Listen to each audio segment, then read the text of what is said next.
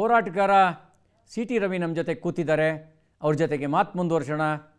ರವಿ, ನೀನು 3 ಬಾರಿ ಶಾಸಕನಾಗಿ, ಕೆಲವು ಕಾಲ ಮಂತ್ರಿಯಾಗಿ ಇದರಲ್ಲಿ ಯಶಸ್ವಿಯಾಗಿದ್ದೀನಿ ಅಂತ ಅನ್ನಿಸ್ತಾ ಇದೆಯಾ? ಏನಾದರೂ ಹೊಸ ಪ್ರಯೋಗ ಏನಾದರೂ ಮಾಡಿದೀಯಾ? ನೋಡಿ, ರಾಜಕಾರಣಿಗಳು ಅಂತಂದರೆ ಬೆಂಕಿ ಹಚ್ಚೋರು ಅಂತ ಮಾತ್ರ ಇರುತ್ತೆ. ನನ್ನ ಕ್ಷೇತ್ರದೊಳಗೆ ಸಿ ಟಿ ರವಿನ ಯಾರು ಜಗಳ ಆಡಿಸೋ ರಾಜಕಾರಣಿ ಅಂತ ಹೇಳೋದಿಲ್ಲ. ನನ್ನ ಕ್ಷೇತ್ರದಲ್ಲಿ ಸತ್ಸಂಗ ಮಾಡ್ತಕ್ಕಂಥ ಕೆಲಸವನ್ನು ಮಾಡಿದ್ದೇವೆ. ನಾವು ಗ್ರಾಮ ವಾಸ್ತವ್ಯ ಮಾಡಿದ್ದೇವೆ. ಅಭಿವೃದ್ಧಿ ಕೆಲಸದಲ್ಲಿ ವಿರೋಧಿಗಳು ಕೂಡ ಮೆಚ್ಚೋಂಗೆ ಕೆಲಸ ಮಾಡಿದ್ದೀವಿ.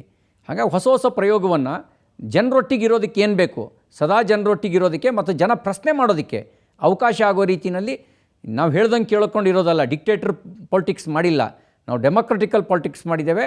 ಜನ ಪ್ರಶ್ನೆ ಮಾಡೋದಕ್ಕೆ, ಅವರಿಗೆ ಅವ್ರ ಜೊತೆಗೆ ಅವ್ರ ಪ್ರಶ್ನೆಗೆ ಉತ್ತರ ಸಿಗೋದಕ್ಕೆ ಸರ್ಕಾರನ ಜನರ ಹತ್ರಕ್ಕೆ ತೊಗೊಂಡೋಗಿದ್ದೀನಿ.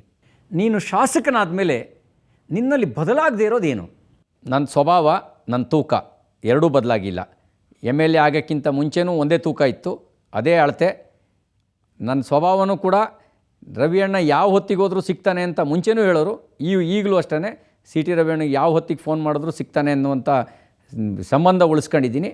ನನ್ನ ಸ್ವಭಾವನೂ ಬದಲಾಗಿಲ್ಲ, ಅಧಿಕಾರದ ಪಿತ್ತ ನೆತ್ತಿಗೇರಿಲ್ಲ. ಸ್ವಭಾವನೂ ಬದಲಾಗಿಲ್ಲ, ನನ್ನ ತೂಕನೂ ಬದಲಾಗಿಲ್ಲ. ರಾಜಕೀಯ ಆಸಕ್ತಿ ಹೇಗೆ ಬಂತು ನಿನಗೆ? ರಾಜಕೀಯ ಆಸಕ್ತಿ ಇದೊಂದು ಸಮರ್ಪಣೆ. ನಾನೇನು ರಾಜಕಾರಣಿ ಆಗಬೇಕು ಅಂತ ಬಂದವನಲ್ಲ. ನಮ್ಮ ಕುಟುಂಬದಲ್ಲಿ ಯಾರೂ ರಾಜಕಾರಣಿಗಳಿಲ್ಲ. ಹೋರಾಟದ ಮೂಲಕ ಬಂದವನು, ರೈತ ಚಳವಳಿ, ಅದರ ನಂತರ ವಿದ್ಯಾರ್ಥಿ ಪರಿಷತ್ತು, ಈ ಮೂಲಕ ರಾಜಕೀಯ ಕ್ಷೇತ್ರಕ್ಕೆ ಬಂದವನು. ಆಂದೋಲನದ ಮೂಲಕ ಬಂದು ಸಮರ್ಪಣೆ ಮಾಡ್ಕೊಂಡವನೇ ಹೊರತು ಅಧಿಕಾರಕ್ಕಾಗಿ ರಾಜಕಾರಣ ಮಾಡಿದವನಲ್ಲ.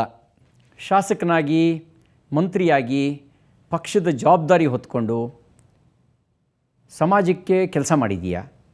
ಆದರೆ ಕುಟುಂಬಕ್ಕೆ ನ್ಯಾಯ ಒದಗಿಸಿದ್ದೀನಿ ಅಂತ ಅನ್ನಿಸ್ತಾ ಇದೆಯಾ? ನನ್ನ ಕುಟುಂಬನೇ ಕೇಳಬೇಕು, ಅದಕ್ಕೆ ನಂಗೆ ಸಾಧ್ಯ ಆಗಿಲ್ಲ.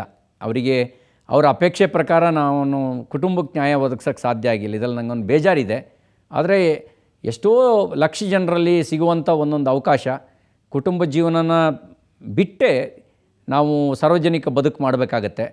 ಆ ಸಾರ್ವಜನಿಕ ಬದುಕಿಗೆ ನ್ಯಾಯ ಒದಗಿಸ್ಬೇಕಾದ್ರೆ ಕುಟುಂಬಕ್ಕೆ ಸ್ವಲ್ಪ ಅನ್ಯಾಯ ಆಗಿರೋದು ನಿಜ. ಅದ್ರ ಬಗ್ಗೆ ಏನಾದರೂ ಬೇಜಾರಿದೆಯಾ? ಖಂಡಿತ ಬೇಜಾರಿದೆ. ಆದರೆ ಸಾರ್ವಜನಿಕ ಜೀವನಕ್ಕೆ ನ್ಯಾಯ ಒದಗಿಸ್ತಾ ಇದ್ದೀನಿ ಅಂತಕ್ಕಂಥ ಸಂತೃಪ್ತಿ ಇದೆ. ಸಾರ್ವಜನಿಕ ಜೀವನಕ್ಕೆ ನ್ಯಾಯ ಒದಗಿಸ್ಬೇಕಾದ್ರೆ ನಾವು ಕೆಲವನ್ನಾದರೂ ತ್ಯಾಗ ಮಾಡಬೇಕಾಗತ್ತೆ. ಹಾಗಾಗಿ ಅದರಲ್ಲಿ ಕುಟುಂಬ ಜೀವನದಲ್ಲಿ ಹೆಚ್ಚು ನಾನು ಸಮಯ ಕೊಡೋಕ್ಕೆ ಸಾಧ್ಯ ಆಗ್ತಿಲ್ಲ. ಅವರಿಗೋಸ್ಕರ ಕಡಿಮೆ ಸಮಯ ಹೆಚ್ಚು ಕೊಡೋಕ್ಕಾಗ್ತಿಲ್ಲ. ಆದರೆ ನಾನು ಜನರಿಗೋಸ್ಕರ ಕೊಟ್ಟಿದ್ದೀನಿ. ನನ್ನ ಕುಟುಂಬದ ವ್ಯಾಪ್ತಿನ ಹಿಗ್ಸ್ಕೊಂಡಿದ್ದೀನಿ.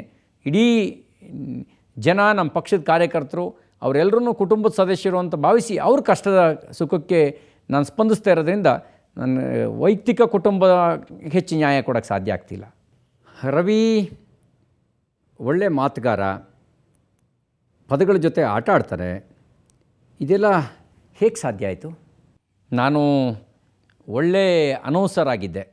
ನಾನು ಮೈಕ್ ಅನೌನ್ಸ್ಮೆಂಟ್ ಮಾಡ್ತಿದ್ದೆ, ಆಗ ಪದಗಳ ಜೋಡಣೆ ಕಲಿತೆ. ಹಾಗೆ ಹಂಗೆ ಅಭ್ಯಾಸ ಆಗಿದ್ದು ಒಳ್ಳೆ ಭಾಷಣಕಾರ ಆಗೋದಕ್ಕೆ ಸಾಧ್ಯ ಆಗಿದೆ ಅಂತ ನಾನು ಭಾವಿಸ್ತೇನೆ. ನನ್ನ ಕಸರತ್ತು ಅಲ್ಲಿಂದ ಪ್ರಾರಂಭ ಆಗಿದ್ದು. ನನಗೆ ಹೆಮ್ಮೆ. ನಾನು ಭಾಳ ಸರಿ ಹೇಳ್ತೀನಿ, ನಾನೇ ಪೋಸ್ಟ್ ಹೊಡೆದಿದ್ದೀನಿ, ನಾನೇ ಫ್ಲಾಗ್ ಕಟ್ಟಿದ್ದೀನಿ, ನಾವೇ ಕೆಳಗಡೆ ವೇದಿಕೆ ಮೇಲೆ ನಿಂತ್ಕೊಂಡು ಭಾಷಣ ಮಾಡಿದ್ದೀವಿ. ಹಾಗಾಗಿ ಆ ವಿಷಯದಲ್ಲಿ ನನಗೆ ಹೆಮ್ಮೆ ಇದೆ. ರಾಜಕೀಯಕ್ಕೆ ಬಂದೆ, ಪಕ್ಷ ಕಟ್ಟಿದೆ, MLA ಆದೆ, ಮಂತ್ರಿನೂ ಆದೆ. ಅಕಸ್ಮಾತ್ ರಾಜಕೀಯಕ್ಕೆ ಬರದೇ ಇದ್ದರೆ ಏನಾಗ್ತಿದ್ದೆ?